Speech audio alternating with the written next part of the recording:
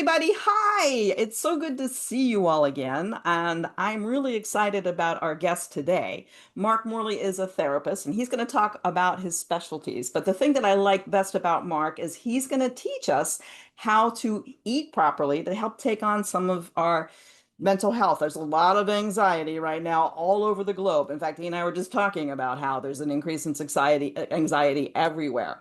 But before I turn it over to Mark, since there's so many new people in the group, I'm going to remind you who I am and what I do. So I'm Marie Sennett. I am a recovering civil rights attorney. I have become a yoga teacher and a transitional life coach, pardon me, so that I could take people through a journey, busy women who don't have the time for self-care and are finding it difficult to take care of themselves without guilt. And for those of us who are 5 years or less away from retirement, also adding to that a piece to plan for an exciting and thrilling and fulfilling healthy retirement. So that's what I'm all about, making sure that you take care of you and you're happy now and happy in the future. So if you want to talk with me more about that, just send me a message and we can talk. But now I'm going to turn it over to Mark. I'm going to let Mark tell you about his background because he's a better storyteller than I am anyhow. So Mark, welcome, and we're so glad you're here. Thank you so much, and hello everyone. Yes, my name is Mark. I work as an anxiety and slash stress therapist.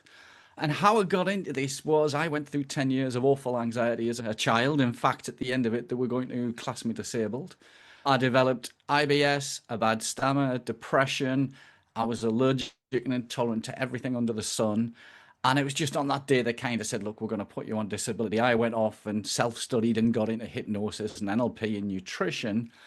And I changed dramatically over 2 years to then become a disc jockey, to be standing up in front of hundreds and sometimes thousands of people with no stammer, no anxiety. And I've been running business ever since. And I'm really passionate about helping other people.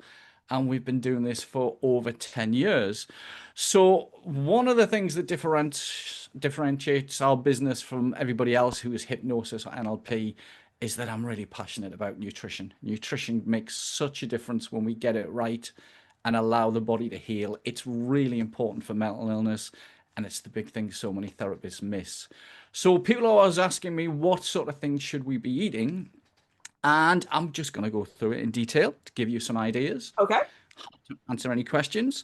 So first of all, the big thing that's important is the body produces melatonin and serotonin, which are feel-good hormones. And if there's anything wrong with the digestive system or the diet, it means we don't produce either enough of that or any of that.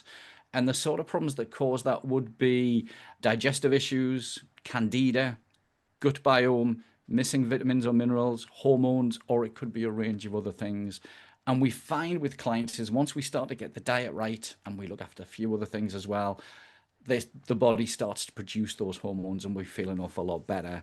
And as part of the process, everybody's different. Quite often we get a full food intolerance or an optimal health test done to see what's missing, because then we can individualize it and put it right. And that is so important, even for people who say, hey, I've got a healthy diet, I don't need this, because it could be something like a healthy tomato is causing massive inflammation in the gut, and we might need to address that. So we like to do it. Yeah, So typically the sort of, let me stop you right there for a second because that just makes me think of something, and I'm yeah, sorry. no, perfect. But a lot of our typical physicians are not in tune to the gut in the way that you are. So can you just describe a little bit about what that testing is and why it's so special and why it's so important, and then we can talk about the rest. Okay, yeah. So the testing that we use a hair mineral test. So it's non-invasive, it doesn't hurt. We take that and it gets sent off to a lab and they do whatever they do to test that. And then that comes back and it tells us if there's any vitamins or minerals are deficient. It tells us what the gut biome's like, and if there are good bacteria that are missing, that can massively affect sort of mental health. There's a lot of links now and studies coming out every day that the brain and the gut are massively connected. And it's insane. A great example was I had a client a few years ago. She got food poisoning. And since that point, she was depressed. She had anxiety where she was usually out with the grandkids every day, walking miles and miles. And we just brought her in and got her tested. She'd been through the NHS for about a year. And miraculously, within 3 weeks, she got back to her old self. So gut biome is so important. But then if the digestive system's not working properly, it just means we're eating the good foods, but we're not absorbing them. Mhm. And then that causes. So this kind of gives us a picture of what's going on in the body and what we need to do to put right. Does that sort of make sense? That makes perfect sense. That makes perfect sense. And then could you explain for folks who don't know what NLP is? Because a lot of folks in this group do, but some of them don't. Okay. NLP is neuro linguistic programming. It's a series of models of ways we can rewire the brain or make changes in the brain of our thinking and what's going on. And we use very clever questions to sort of reframe things, but it's one of the most powerful change tools that I've come across. Just to give you an example, when I had my problems, I kind of was very stuck. And one of the first questions I read in an NLP book after studying everything, psychology, psychiatry, the whole lot, the NLP books actually gave me some sort of hope that something could change. And one of the big questions was, what would you rather have instead? And then I imagined that and noticed my body language just change from a simple question. Yeah. And then another question was, what would have to happen so that you know you've beaten this? And that's why I decided to become a disc jockey. If I could stand up and entertain people, then I'd have the confidence. So NLP is an awful lot of tools, but also it's we look at models. We look at if somebody's got a problem with addiction, is what has somebody used to get around that? We model it and then we can teach that to others. And Nice. it's quite simple in that it's quite similar. Hypnosis also allows us to change the brain, but I would class hypnosis as part of NLP as a study because, again, there's a lot of models and patterns there. Yeah, yeah. So you get my hair and you look at what's going on. And so Yeah. what do you do with me next? We sit you down and we re-educate you on food. And this is interesting because we have a lot of beliefs about food, about what's healthy, what isn't healthy. And most of that education comes from the people who are selling us that food. And it's a bit like wrestling with an alligator for some clients because they really don't want to change their diet. Yeah. And it is interesting that new studies are coming out daily and we're seeing the things. So we'd sit down and we'd say, right, these are the foods we need to avoid. And then generally, I'd recommend sort of a lot of foods to add in. So I'm going to go through that now, if that's all Okay. right. Just That would be to great because I know everybody's like, oh, what foods? I'm here to find out about the foods. okay. So the first food I ask people to do, and the way that I do this, we do this in little baby steps, is let's add in one extra serving of something today, and tomorrow we'll add in something else. And over 30 days, it takes away the overwhelm, but the diet's massively changed. So the first one that confuses a lot of people in this country is I ask people to eat 3 servings of beans per day. And typically most people don't. But the reason why we recommend beans is first of all, they're massive in B vitamins. And we do know that if B vitamins are missing, it really affects our mental health. Yeah. Beans are also packed with lots and lots of fiber. There's other vitamins and minerals in there. And 3 servings a day, would you believe people who eat 3 servings of beans a day don't seem to get heart disease? So it's not just the mental health, it also helps with other things as well. Right. And these could be a whole range of them: kidney beans, chickpeas, lentils. In fact, one of the great things about lentils and especially edamame beans is there's something in there that runs around the body, looks for inflammation, and takes it down. Now, if we've got inflammation in the brain, there's mental health problems. If we've got inflammation in the gut, that can cause mental health problems. But it's also been touted as being very anti-cancer, which is quite a nice thing. So there's lots of different beans we can use. We could use hummus, chickpeas, kidney beans, edamame beans, lentils I absolutely love. And basically the easiest way to do that is just to buy a can of mixed beans from the supermarket and add that to whatever you're eating. So you could have that for breakfast to give you lots of energy. You can add it to salads, you can put it into curries, soups, stews. Beans are great, they're dirt cheap, and they're also massively packed with protein. And you got enough variety that 3 times a day is going to be different. So that's totally cool. But that's the big thing is that we're actually telling people to eat a bigger range of foods. There's 120,000 different foods on this planet, and most people stick to a combination of about 12, Uh-huh. which is not fun. And then moving on to the next ones is we just recommend a portion of berries. And a portion is roughly about a cup, a portion of berries. And berries give us tons and tons of nutrition, really good value. But the big ones are blueberries. And especially when it comes to mental health, that blue color gets across the blood-brain barrier and it seems to push Alzheimer's and dementia and other illnesses back. And Wow. some people moan that it costs a bit of money, but actually, if you buy them frozen, they're better for you. The freezing process actually seems to release more nutrition. But Ooh. there's a whole choice of berries out there: strawberries, raspberries, grapes, whatever you like. Just try and get them in there. But one small serving a day, it works absolute wonders. I never think Other of grapes fruits. as a berry, but you're right, they are. I was shocked actually when I did my nutritional training. Concord grapes, they call them, I think, in America. But Yeah, yes, grapes are a berry. There's quite a lot of them, but we just seem to stick to the same ones most of the time. yeah, yeah. Good, good. Next, we'd move on to other fruits, and usually we recommend 3 servings of fruit per day. And again, for an awful lot of people, that might seem a bit excessive, but they're really good for us. So things like bananas, great for fiber, apples, all the berries are still included in there, tangerines. What I say is just go to the supermarket and try a couple of new ones each week, and you'll soon build up, a nice variety of fruits that you like, especially kiwi fruits for people with sleep problems. Hmm. 2 kiwis about 2 hours before we go to bed, fill the body with nutrition and really seem to improve sleep. And Wow. I thought that was just us, but then I saw a lovely study about 6 months ago where they'd actually studied kiwi fruits, and it works really, really well. And again, fruits are really good as anti-aging. Yeah, and then just before you go on, I'll just tell you one other thing. So our last guest was Kate Palmer, who was talking about how eating more fruit actually helps keep your skin glowing. So you can tell your clients who are concerned about their skin that they get that benefit too. Certainly.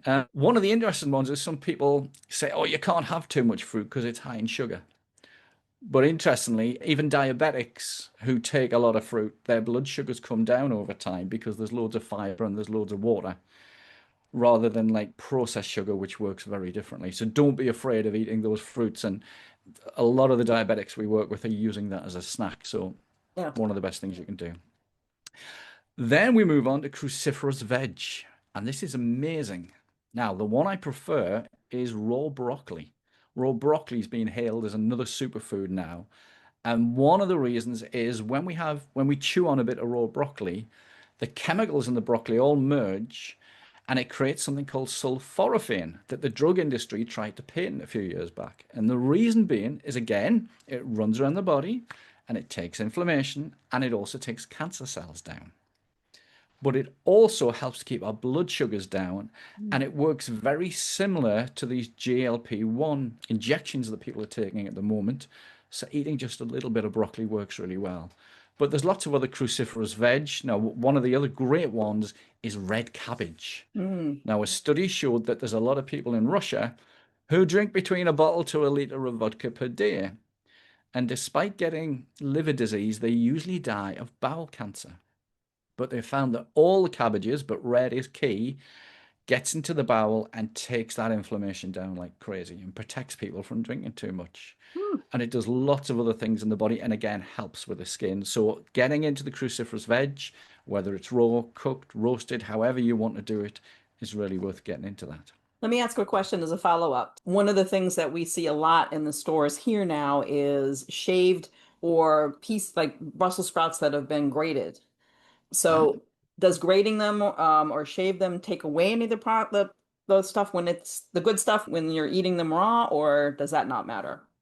actually, that would help. So one of the recommendations with broccoli, and it'd be the same with Brussels sprouts, is, if we eat it raw, which some people don't like the taste, broccoli is really sweet when it's raw, by the way, but Brussels sprouts won't be. But if we chop it and we leave it for 45 minutes, that's when all those chemicals merge to make the sulforaphane. So with sprouts and with cabbage, you can do exactly the same thing as just chop it and leave it for a bit, I like and that. that will actually increase the sulforaphane production. I'm not sure what it does to the rest of them, but that's an interesting one. But yes, I've never seen that in the UK. Yeah, we like to have things pre-made, but then it's been over 45 minutes, so it's probably not as effective. So we should just chop them at home. If you can chop at home, it's a great way to do it. But if it's a choice of having them pre-chopped or not having them at all, go for the pre-chopped. Thanks, Mark. Good. Okay. Next one again is greens. The greens are really good because again, great for the skin, but these are really just sort of salad leaves of any type, spinach, kale, all these sort of things. They're really good for reducing down the blood glucose. In fact, when we eat greens, if you eat them at the start of a meal, it stops those blood sugar spikes.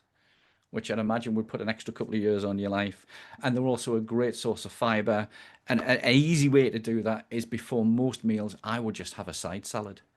If I have something that's a bit naughty, or if I go out like I did last night for a lovely Indian, I always ask them for a little side salad. And my friends think I'm crazy, but I don't seem to get problems afterwards with those foods. Hey, Seems good to be job. very protective. And then the next ones we move on is just a selection of other vegetables. There's such a choice of them out there. Get them when they're in season. But again, they've all got different nutrients and all sorts of values. Mix them up. Keep yourself happy with them. They're great in the winter, and it doesn't matter which way you cook them. However, one of the things that is important is if you can eat some raw before each meal, that really helps your health as well. So try and do a selection of each. Would you believe my main meal every day is just a huge salad? And it's not a bit of sort of weak lettuce and celery. It's about 10 to 15 different foods that are in there in that salad. And just getting those into you is really, really powerful. And I'll bet one of those is beans. Yes. Now, the next one, this is a big one, is flaxseed. I don't know, or do you call it flaxseed or do you call it Yeah, yeah, we linseed? call it flaxseed, yeah. Yeah, funny from different country to country. Flaxseed is proving to be one of the most powerful superfoods these days. And the way I recommend it is just a tablespoon of ground flaxseed. And if you grind it yourself or buy it pre-ground, keep it in the fridge in an airtight bag or box. It's not that it goes off, it just loses its effectiveness. Mm. But flaxseed is proving to be great for the joints, great for the brain, so it's brilliant for the mental health. It takes down cholesterol and it seems to look after all sorts of other things in the body, especially things like leaky gut and candida issues. And it gives us a good range of those omega oils, but it's just such a powerful thing. And if it brings down our cholesterol, it's always a good thing. And another one that does something similar are just nuts and seeds. Mhm. Just roughly a hand of non-salted, non-roasted nuts and seeds, and they've all got very different sort of values. So one of the ones that I like to do is I take 4 Brazil nuts on the 4th of each month. Easy to remember. And the reason being is that also brings down your cholesterol. And according to Dr. Greger, who did the research, it works better than any medication on the market. Wow. It is really powerful. And again, other ones are really useful. Walnuts, really, really good for bringing down inflammation. In fact, ladies who've had breast cancer, once they've gone through treatment and don't make any other changes, if they eat just a couple of walnuts a day, it keeps the cancer away. So it's quite an interesting one. And again, almonds, really good, a bit like GLP-1 drugs. It does the same sort of thing in the body. So a handful of nuts got lots and lots of benefits. The only thing I'd say is don't be like me. I can eat a whole pouch of nuts, as they can be extremely fattening. Yeah, me too. I have to measure them out and then just take what I've measured. Otherwise, they're gone. It's exactly what I do. I just get a little bowl and portion them out, and I put some dark chocolate in there. It's just otherwise. It's crazy. Seeds wise, they're all really good, but pumpkin seeds are claimed to be really good for hair growth. And just several of those a day keeps your hair strong as we get older. On to the next one, herbs and spices. Now, the key one here is turmeric. We just need a quarter little teaspoon of that in food. And again, I'll sprinkle that on salad or put it in stews and curries. But that's very, very inflammatory again. And it seems to have lots of benefits. In India, they've been using that for a long time to sort of deal with cancers and all sorts of things. But there's a whole range of herbs and spices. And the more you can mix in, they seem to help people with longevity, especially spicy ones. Yeah. So that there's lots of different choices, and it's just great for giving you that variety in food of different tastes. Regularly in the winter months, I make a huge pan of soup that lasts us about 4 or 5 days, but I'll use spices to portion it out and just change the flavor each day, which works really nicely. Oh, that's a nice idea. I hadn't thought of that. I like it. I'm a big fan of meal prepping. I don't spend an awful lot of time cooking, and maybe on a Sunday is my day to make a huge salad, huge soup, maybe a curry or a chili, and of course we can freeze it and just bring them out as we need to, and it keeps the cost down as well. It's really nice. Smart. Yeah. Whole grains are really important. Now, the whole point of this is we need both soluble and insoluble fiber. And this is where the carnivore diet scares the hell out of me because we need that fiber to push the food through the system, get the toxins out, and keep the colon nice and healthy. And whole grains are a great way to do that. And there's lots of different types out there. But when we say whole grains, we have to be careful because flour doesn't do wheat the world of good. There's a lot of problems that wheat really spikes blood sugars, but things like rice and quinoa, millet, barley aren't just for budgies. They're really good for sort of getting that through the system. Even homemade popcorn's pretty healthy. Mm. So it's a nice way, but do get that fiber in from the whole grains. And then moving on to the next one of my favorite tips is a small amount of dark chocolate every day. I can handle that. We can all handle. Now, the How darker the small? better. Right, right. How small? How small? Well, usually I'd say about an inch or so of, like maybe two squares of the small bits, but in moderation. But the darker it is, the better it is for us. And the reason being is there's loads of flavonoids in there, but it keeps the arteries nice and flexible. So it reduces heart attacks and strokes. So I usually will have a square or two a day of really dark chocolate. I've managed to get up to 100% dark chocolate, which is really bitter. Or the other way you can do that is cocoa powder. Oh, Quite often in the morning, I'll have a pint of water with all sorts of powders in there, and one of them is always cocoa powder. Now, a lot of people say, oh, it's healthier to have cacao powder. And the cacao powder is really nice and really expensive, but cocoa powder has been defatted and it's much better for you. ah, Surprisingly, the processed food that's actually better for us. who knew? Yeah, there you go. And then another category is fermented foods, kimchi, sauerkraut. Again, that sauerkraut, if we look at people drinking a lot of alcohol, really helps in the bowel. But we're finding more and more now that fermented foods are really good for us. So the more we can get them in, the better. You do have to watch some of the store-bought ones because they put a bit of sugar in there. But we quite often get those little mini cucumbers Oh yeah. and other nice little things. Beetroot, beetroot and red cabbage, we pickle that at home. And again, we just do that with some organic apple cider vinegar. And that stuff's really good for us again if we're trying to lose weight or get the blood sugars down. Just a little bit of vinegar before each meal really helps to take that down And can it in a be any big, big. vinegar or should it be cider vinegar?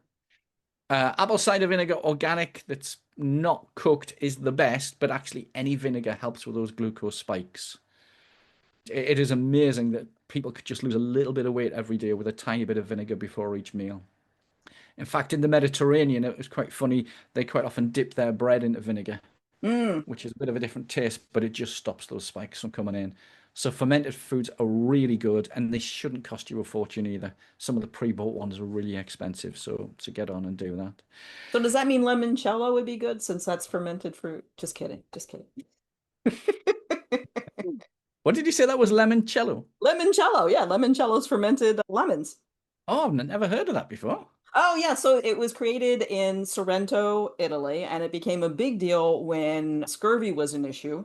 Wow. Yeah, so all the ships when they would stop in that part of the world, it's near Naples. So when they parked there, they'd like grab all the lemons and then they learned how to ferment them. And limoncello is just a very nice Oh, after wow. dinner drink. All right, I'll have to check that one out. Talking of drinks, the next one is hydration. Mm. If we're dehydrated, there's a part of the brain that is much more likely to have anxiety and panic attacks. And it's very easy to become dehydrated, sorry. Alcohol, coffee, there's a lot of things out there, and especially when we have these hot spells like we've had over here. So I usually recommend 2 to 3 liters of water per day. And the way to judge it, I was told years ago, which might shock some people, is you should be going for a pee every 45 minutes. But stop drinking about 4 o'clock, otherwise it'll keep you up all night. Oh yeah, there you go. Well, There you that go. ties in. So you pee every 45 minutes because we're supposed to get up and move every 45 minutes. So there you go. That's Yeah, a reason to move. that's not bad. Yeah, it's a good way of putting it that way. Yeah, so that's the way to judge it. And it doesn't just have to be water. I usually say keep away from coffee because, again, that dehydrates us. But we could take any sort of herbal teas that we like. My favorite is good green tea. Mm, And that's quite good because it's got some B vitamins in there, especially B1, which actually helps with anxiety and stress in a big way. But any sort of herbal teas that you like. And it was weird when I used to drink coffee, I didn't really touch herbal teas. But then when I met my partner, we've now got a tea drawer. And love there's it. just about 30 or 40 different teas, and we use them for all sorts of things. Chamomile's another excellent one for helping with mental health. What And about then coconut water? coconut, yes, it's very good. Now you've got to be careful; it's not got added sugars to it. but you don't want to do too much of it. Maybe a cup a day. It's because it can be very, very high in potassium, Mm. and I believe that can become dangerous if you drink too much of it. But coconut water is really good. And then another big one, which isn't food, is we do need some exercise every day. When we get out in the sunlight, when we move, it helps with that serotonin and melatonin production.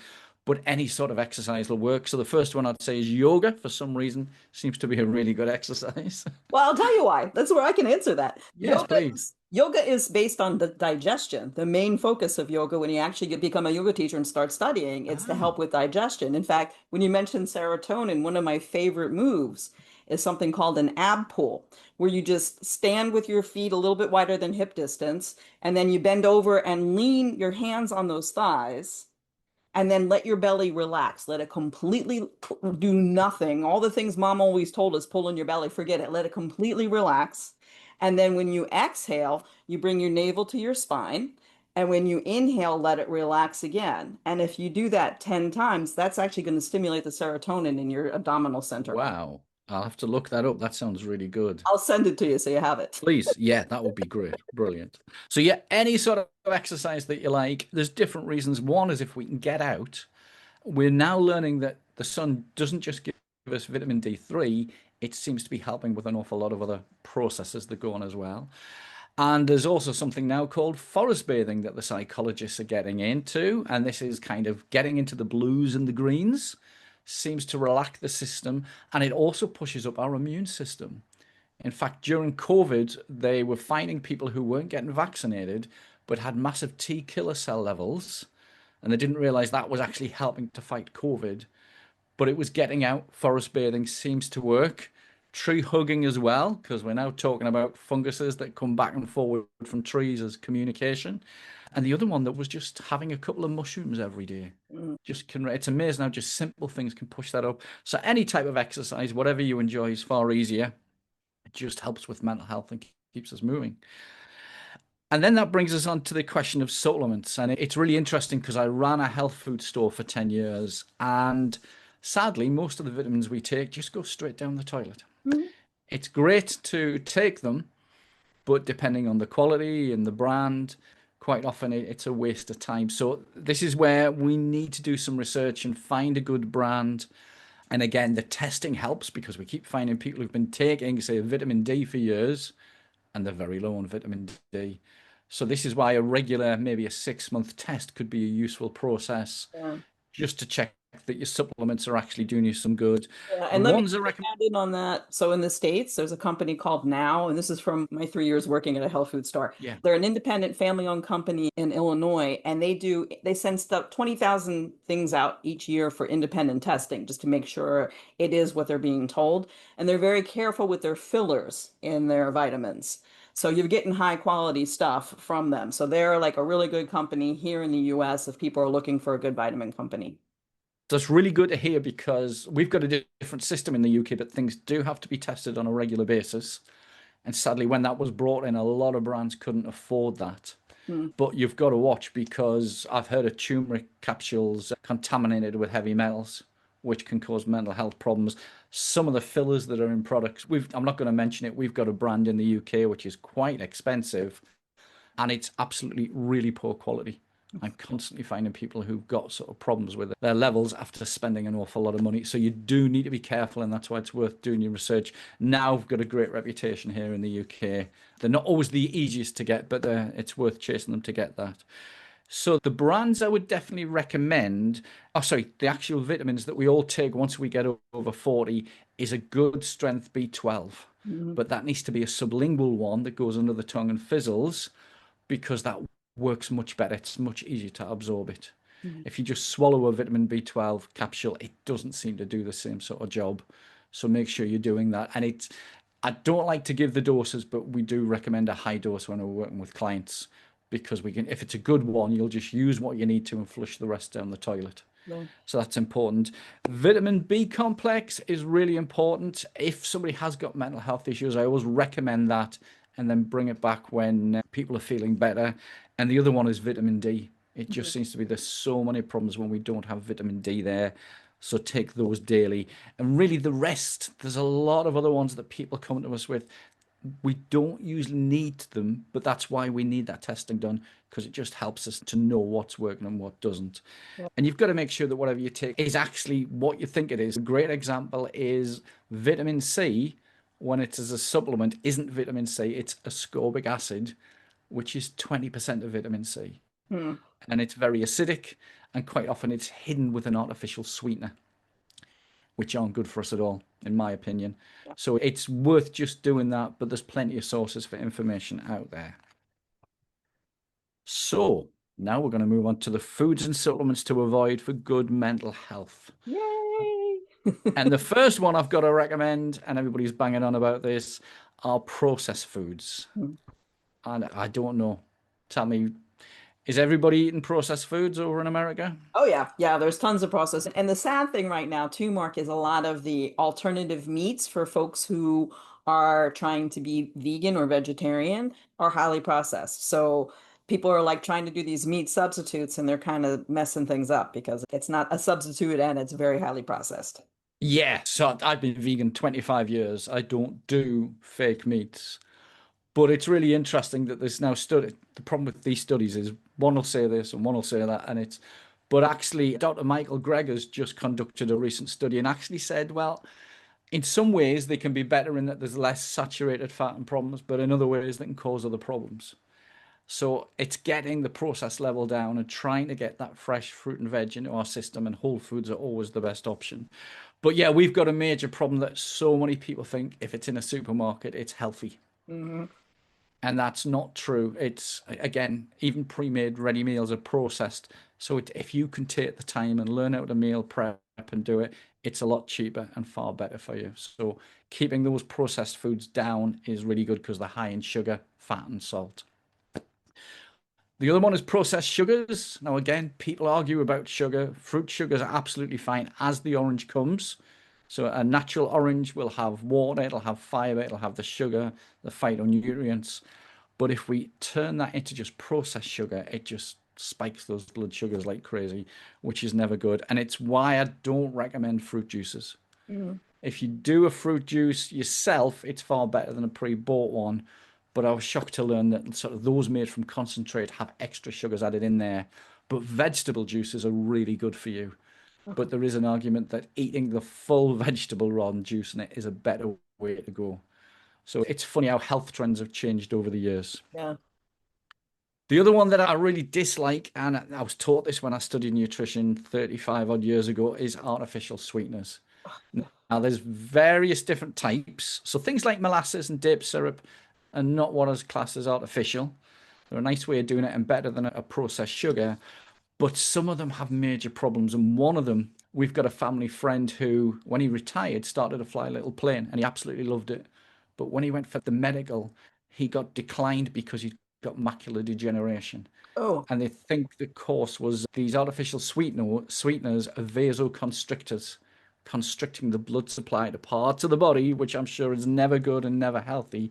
And it did that to his eyes. And luckily, he came off the sweeteners and he got 30% of his sight back, but it still wasn't enough, sadly, for him to get his license.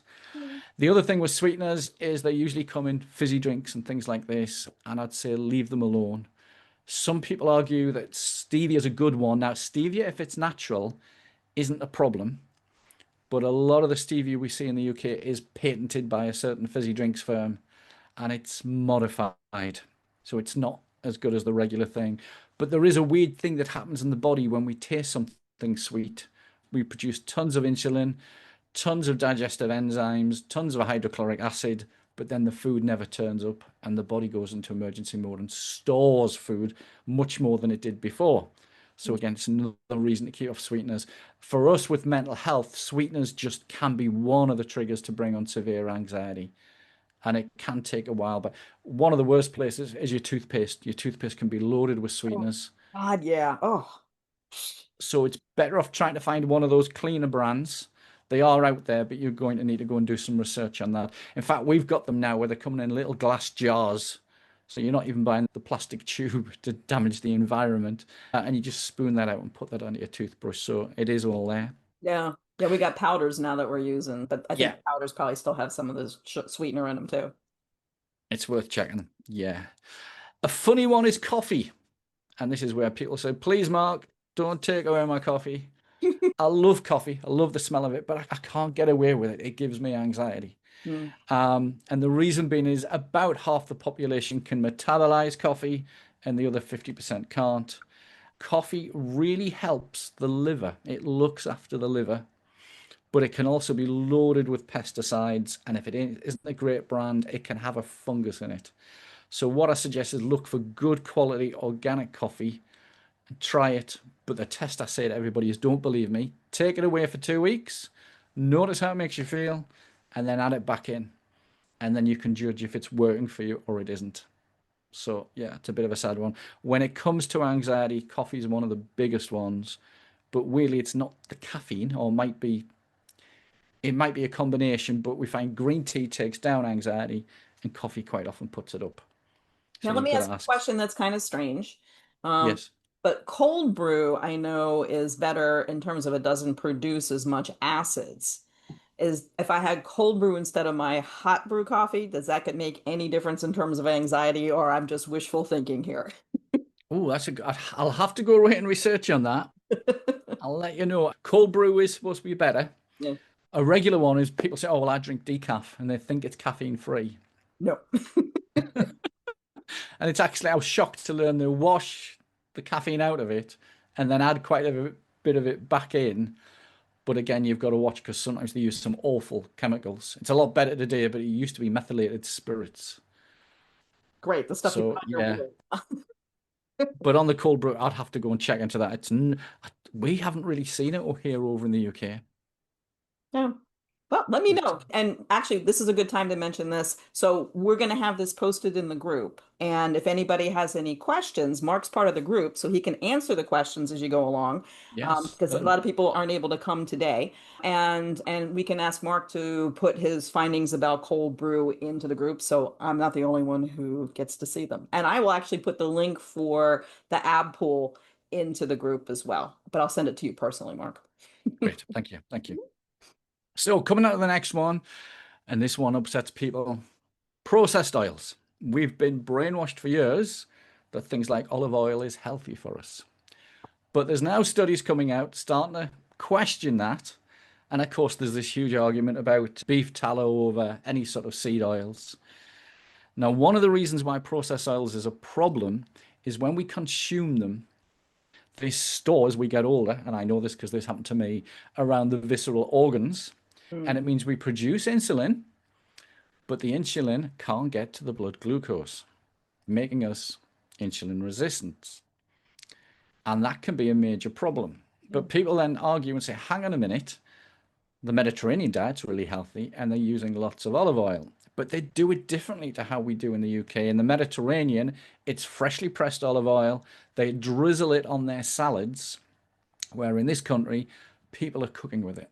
And Mm. olive oil is not one you want to cook with because the burn point is so low, it becomes carcinogenic.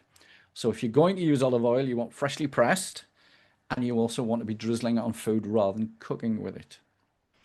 But it seems to be an issue with an awful lot of oils now that we do store them, and it's not as healthy as we thought it used to be. The Chinese are really clever. They use a tiny little bit of peanut oil and cook really quickly with it. Yeah. And coconut oil, when I had the health food store, 1 minute it was healthy, 1 minute it wasn't. I believe coconut oil is better, but it's still, if you're going to say it's healthy, is it healthier than what? And my best option would be get your oils naturally from flax seeds and nuts, and it naturally comes in an awful lot of vegetables, but we've learned to cook without it. And it's really interesting that everything crisps up. It just takes a little bit longer. If Mhm. you're cooking meat, you don't need to add extra oil to it. It tastes delicious, I know, but the more you can get down, the better. But we do know with a lot of these oils, they're causing inflammation. And again, if that's happening in the brain. Yeah. What Um, know anything about ghee? Ghee. So again, there's arguments with this. If you look at India, Hmm. people in India don't die of the cancers that we see here in the UK. And the reason for that is they don't eat animals. They're mostly vegetarian. But they all die of heart attacks. Now, the other thing is people who eat 3 servings of beans or lentils per day protect the heart. So my correlation there is that because they're having so much dairy and ghee and oils, it's damaging the hearts. And again, there's this argument, and I don't know which one's right. Some people say, well, there's real benefits of ghee, but then there's other people who are saying it's absolutely lethal. Yeah. So it's not something I do. So again, you need to do your own research and make up your own mind on all of this. Yeah. I think I'll stay away from it until I finish the research. Thank you. And the next one is fish and fish oils. Now, again, we've been told for years fish is really healthy. People in a lot of the blue zones are eating fish and living to be over 100. However, when we get the testing done, we've seen something change over the last 5 years. Fish came up maybe 1 in 10% of people as an issue. But now over 96% of our tests are coming up and saying people are reacting to fish and fish oils. Why do you think that could be? Have you got the same sort of ideas as we have? Mercury? Yeah. Yeah. Yeah. So when I started studying nutrition years ago, I was told make sure if you're going to use fish or fish oil that it's mercury free. But we're now seeing other heavy metals. There's a lot of microplastics in the sea. Yeah, that too. But the big issue we've got here is we've got lots of fish farms around the UK. We do too. And for people who don't know, it's where you create a great big netted area, you put the fish in, but they're now feeding them antibiotics, they're feeding them growth hormones, and it's polluting all the other fish and everything else in the sea. And this is why people are reacting to it. Yeah. Now, interestingly, there was a study a couple of years ago that was linking fish oil consumption to suicide rates. Wow. And that, again, when we had the health food store, we were brainwashed fish oils are really good for you, good for the joints. But now a lot of the studies are saying things the other way. And for those of you who've got Netflix, there is a program about the blue zones, and they take an expert in Japan and bring her over to London, and she looks at the fish that's on sale, and she says these are so diseased and covered in parasites, it's not fit for human consumption. So if you can find really fresh fish in a blue zone, fantastic. But for mental health, it's something we recommend that we pull out. Yeah. Wow. Wow. And I really love my tuna. Oh, I used to love tuna. Tuna's supposed to be one of the worst, I'm afraid. Yeah, I know. That's the highest mercury, especially with the albacore. For whatever reason, the albacore has got more mercury than anywhere else. I guess it's because it's where it's swimming. Okay, that's interesting. Okay. So that's what I recommend for if you can get as much as possible from food, it's the best way to do it rather than spending a fortune on supplements. But as we get older, supplements are needed. But this is why personalized nutrition is important. And again, there's arguments about this, but we've all got a different biological history. Mhm. We've all got different diets. We're all at different ages. And what might be right for me will not be right for somebody else. And it's finding the right way for you. And this is why I like getting these tests done because it tells us where we are. And first of all, it saves a fortune on taking a supplement for a year. Oh, yeah. But we're all biologically unique. We've all got different genetics, and people respond to different diet types. So it's really worth getting the test done. But that personalized nutrition can work wonders. The amount of clients we've had who've just been force-fed stuff by the NHS or the doctor to not get a benefit, and then we'll find something that works really nicely. In fact, a great example, I had a gentleman recently who was having massive thyroid problems, and thyroid isn't something I normally deal with. I would pass that back to a doctor. But we then found a statistic that people who generally eat sausages once a week are much more likely to have thyroid problems. And when I found out why, it's because they're grinding up the thyroid and putting that in the sausages.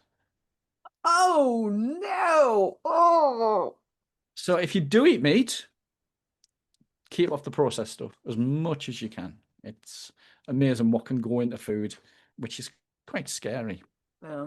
It makes me miss my grandparents because they used to have a farm that they would like, it was a dairy farm, but they would also raise feed cows for humans. And, you could like go and say, okay, I'll take this cow and they butcher it for you and have the fresh stuff right there. But they're gone and so's the Well, that's funny because my grandmother was brought up on a farm and she used to just eat a little bit of meat every day and family grown fruit and veg. And until she was 92, she used to toddle down to the old folks' home, the old Deer's place, and cook meals, and most of them were in their 70s. farm. Wow. Wow. And she was walking 2 miles there and 2 miles back. And it was just, she was always really young. And I put that down to her diet. Yeah. So that this sort of thing's so important, but we seem to have lost that. It's funny, my grandmother always looked younger than my mother. Yeah. Yeah. It's amazing. My grandmother looked really young until she was no longer with us too. Yeah, yeah, it's a shame. So, a good question what we get quite often is what to do when things go wrong with our mental health. What are the first sort of steps to get in there? And the first thing I always say is just limit your stress as much as you can. And we're getting stress from so many different areas at the moment. And one of the biggest is people get up in the morning and the first thing they're doing is they're picking up that mobile phone and they're reading about all the crazy things our politicians are doing and all the problems in the world. And then if you then look at the news and you look at a newspaper and keep doing this all day, you're just piling that stress on just a little bit. So it's worth getting really careful with your social media and your TV because this really can make a difference when it comes to mental stress. And it's such an important thing. I can't stress it enough, but people don't take it seriously enough. And then the next thing we want to do is just get proactive. We need to start getting out and doing some daily exercise of walking, yoga, meditation. My favorite is self-hypnosis. Mm. It's just taking that some time for yourself to look after your mental health. Improving and cleaning up your diet can often really make a difference. But people sometimes argue and say, hang on a minute, I've been doing this for 40 odd years. Why is it a problem now? And it's just as we get older, we slow down and we don't absorb food as well. So it works a nice way just to improve it and clean it up, especially as we get older. And then also reach out and spend time with friends and family if they uplift you. It can be difficult. Friends and family can be the worst people. Oh yeah. And I went through a phase that I kind of realized a lot of relationships in my life weren't doing me any favors. And I kind of gently just kind of backed out of those and spent time with the people who do uplift me. And that's a nice thing to do. Yeah, I've And a then friend who talks about her family with a PH, and it's all the people she chooses to be with that are healthy for her, and she's healthy for them. But she says it's family with PH because she doesn't want to confuse it with the people she was born to. that's good. Well, one of the beliefs of NLP is that all relationships should be win-win, Mhm. whether it's business, whether it's family, we all give and take. But if it just becomes very one-sided, it can become very toxic. So it's worth just noticing that, but a lot of people don't. One of the biggest groups of people we see actually who need help are the carers. These are the people who go out and look after everybody else all the time Mhm. until they exhaust themselves. And I always use that analogy and say, look, if you're on that aeroplane and that plane's going down, they'll tell you to put your mask on first before you look after everybody else. Yeah. And it's amazing how we can forget to do that. Mhm. Big one, big one. And then finally, reach out to a professional if it's needed. There's nothing wrong if you've got a mental health problem of reaching out and asking for some help because it's a serious thing. Thankfully, it's starting to become quite a lot more accepted, especially among men. And a lot of men are terrified of reaching out thinking they're weak or they're broke or there's something wrong. But Yeah. it's just sometimes we need that. And actually, most of them, when they learn to control what's going on up here, turn it into a positive. For me, if I didn't had that anxiety issue years ago, I wouldn't have gone on and started businesses and done some incredible things. And it's nice to see people who get better jobs and pay rises and better relationships when they start to learn about what's going on over here. Yeah. And then finally, it's just why should we look after a diet as we get older? And again, this goes back to that question. Our digestive system seems to get weaker as we get older. It's harder to do, although I've still got the mind of a 25-year-old. It does get harder to do some of the things that we do. And this is why things like yoga and good nutrition are really important in that we need to realize we are getting older. But the body changes so dramatically as we get older as well that sometimes it needs more vitamins or it's not absorbing things well. And we just need to take time and look after ourselves, which, a lot of people don't do until they retire. And then for them, it can be too late, which is a real shame. But as an example, I'm now 56 and I don't use any medication. There Yeah. used to be a time when I was around the doctors every week. And then about 6 years ago, I damaged my back and went back round and they thought I just moved back into the area. And I just said, no, I really look after myself. I'm proactive. Don't need to use any medication. And it's amazing that we can do that. But my doctor's totally confused by that. For you all, I hope you've enjoyed that. I have a free resource called the Healing Pool, which is a hypnotic audio experience where you can sit and it's like going down into a healing pool and we guide you to sit there and imagine that the water is healing you.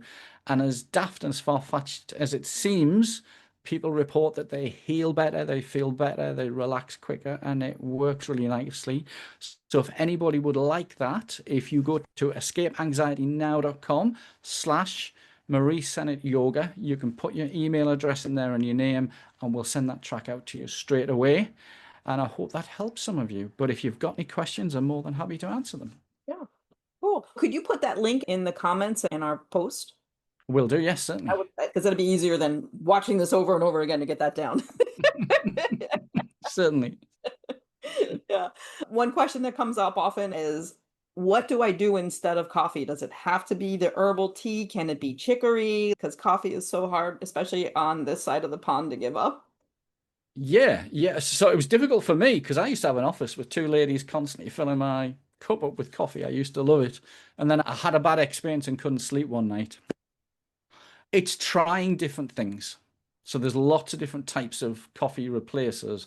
Is try a few of them, but try them a few times and see which ones you like. Yeah. But the regular thing we see, some people actually have quite adverse effects to reducing their coffee intake down. They get the shakes. Yeah. And I just recommend if you're having a spoon, knock it down to three-quarters of a spoon, then half, and take it down that way. But you've got choices. There's so many different types of drinks out there. I have tried chicory before. That was quite nice. There are some whole food ones. There was a dandelion coffee, which was rather unusual, but I quite like that. But we've got just this whole tea drawer. It's like echinacea tea. There's 101 different types, and they're all good for you, but it's finding the one that you like. For me, I love green tea, but we've recently gotten to rosehip and elderberry and peppermint, dandelion. Just go to a health food store. I don't know what supermarkets are like, but health food stores are great. There's just a load of different choices. And Yeah. it's nice just to have that variety. You don't have to have the same thing every day. True.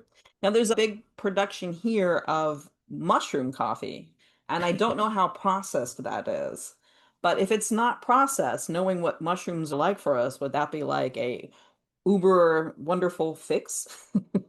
Yes, so that's interesting. So I have a friend who she has a real reaction. She loves coffee, but she's intolerant to it. But she does have mushroom coffee and it doesn't affect her the same way. And it seems to sort of clarify what's going on in her brain. So mushroom coffees are good, but again, it's finding brands that aren't too processed. It's amazing how something comes out and people like it, and then somebody makes a really cheap version of it.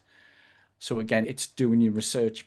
But yeah, mushrooms are really interesting for mental health in lots of different ways, and it's nice they're putting it into coffees. I've not seen them do that with green tea, but I'll have to check that out. Yeah, all new products all the time. In terms of the process that you're using, so do you just like when you get the test, do you just start taking all these foods away that you know are bad, or do you ease people off of the foods and then ease them into the new ones? A bit of both. So when we get the test, the one that ours does is it gives us the severe reactions. And we usually say to people, if you can pull those out for 90 days, that's going to give you the fastest results. But it might be that you've got to do that gradually because some people really struggle with changing food. The second list we get are the ones that cause a minor reaction, but quite often mixed together can cause problems. So we're sort of saying, let's take them down. So quite often, week one, they'll come back and say, right, I've taken out coffee, I've taken out this, that, and next week I'm going to start moving these down. But then a big part of what we do is that we're now saying, these are the foods we want you to add in and try them in different ways and cook them in different ways. So for beans, it could be they try some hummus or some butter bean spread or butter bean stew. We get them to actively research different recipes, and there's loads on YouTube. So they're adding in an awful lot more. And it is quite interesting that some people eat the same things every day, Mhm. quite common in this country. And then they're trying the new things and they're nicely surprised. But even just with the beans, the first thing people say is, I'm feeling a bit more energetic. Yeah. And then they get a little bit more adventurous. And my rule is always don't trust me, try it for 2 weeks and notice how that makes you feel. And we've had some amazing ones lately. There's like a lady who was really resistant lately. She'd had depression for years, hadn't been to work for months. And eventually we got her to replace dairy with some dairy alternatives. And there's lots of them over here. So she managed to find plant milks and plant cheeses and everything. And she slowly got used to the taste. But she says just one day, this depression just Wow. lifted away. And she felt amazing. And she's now back at work. And That's really good. So now she's really invested in everything that's going on and has really cleaned up her diet because she doesn't want to go back there. Yeah. So yeah, small, easy steps is always the way to go for most people. Yeah, that's an amazing story. Well, what we'll do is we'll put Mark's contact information in the comments. He'll put in the piece so you can get the hypnosis. And then that way, if you want to work with Mark or you have more questions, well, questions you can keep in the Facebook group. But if you want to work with Mark, he works with folks from the States. He's not limited to just the UK or Canada as well, because we have a lot of Yeah. people from Canada in the group. You can work with him. And if you want to ask him some questions, I'm sure he'd be happy to answer them. Yeah, But Mark, this definitely. has been so enlightening. Thank you so much. I totally appreciate you being here with us. You're most welcome. Thank you for having me. Anytime. All right, well, we're going to sign off. Mark to stay on for a little bit on Zoom. And we'll see you again soon, guys. Tomorrow's Self-Care Sunday. I look forward to seeing you and talking about what you're doing to take care of yourself so we can both celebrate you and inspire each other. Have a good day. Thank you.